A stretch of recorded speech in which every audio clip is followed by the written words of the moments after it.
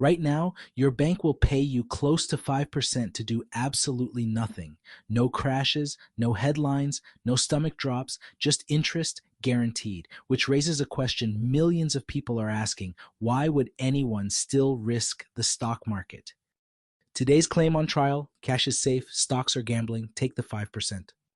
I'm Harry, 30 years investing through Silicon Valley's booms and busts, and I've parked money in so-called safe cash and watched what it really does. Let's put this one on the stand. And let's be honest, the claim feels airtight. Cash never shows you a red number. In 2008, stocks fell 50%. Cash didn't flinch. In 2022, stocks and bonds fell together. Cash just kept paying.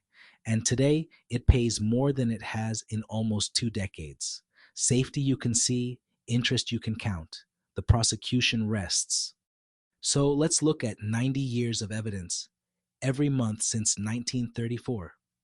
$1 in Treasury bills, the purest form of cash earning interest, grew to about $21.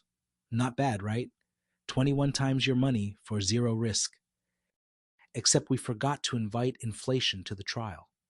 Over those same 90 years, prices rose 23 times over. Run the math, and that safe $21 buys 89 cents of what your original dollar bought. Read that again.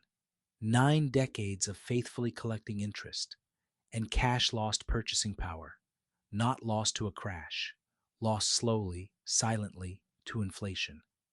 That's the risk nobody feels, because there's no red number on the statement. And stocks? $1 in the S&P 500, dividends reinvested, grew to nearly $10,000.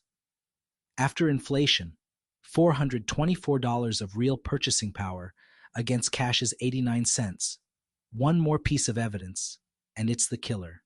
Take every 20-year window since 1934, every single one, through the Depression's aftermath, wars, stagflation, dot-com, 2008. In 100% of them, stocks beat cash. Not most of the time, every time. Here's why this isn't luck. Cash pays you interest, but interest roughly tracks inflation, which is why its real return rounds to zero. It has no engine. Stocks are ownership of businesses that raise prices, grow profits, and compound. And that 5% everyone's excited about? It isn't locked in. When rates fall, your 5% quietly becomes 4, then 3, while the long-term math never changed. But this trial stays honest, so here's what survives. For money you need soon, cash is right. Your emergency fund, next year's tuition, the house down payment. Over 1 year stretches, cash beat inflation only a little better than a coin flip. But it never crashes when you can't wait. The claim isn't wrong about having cash. It's wrong about retirement money, the money with decades to run. Safety has a time limit. Safe for 6 months becomes the riskiest thing you can hold for 30 years. So the verdict on just take the 5%, guilty for long-term money, guilty of hiding the one risk that never shows up in red, inflation, quietly confiscating a fortune 1 invisible% at a time. Cash protects you from the risk you can see by exposing you to the one you can't. The 5% is real. It's just answering the wrong question. The question was never, how do I avoid red numbers this year? It's what will my money buy in 20? This is not advice to buy anything.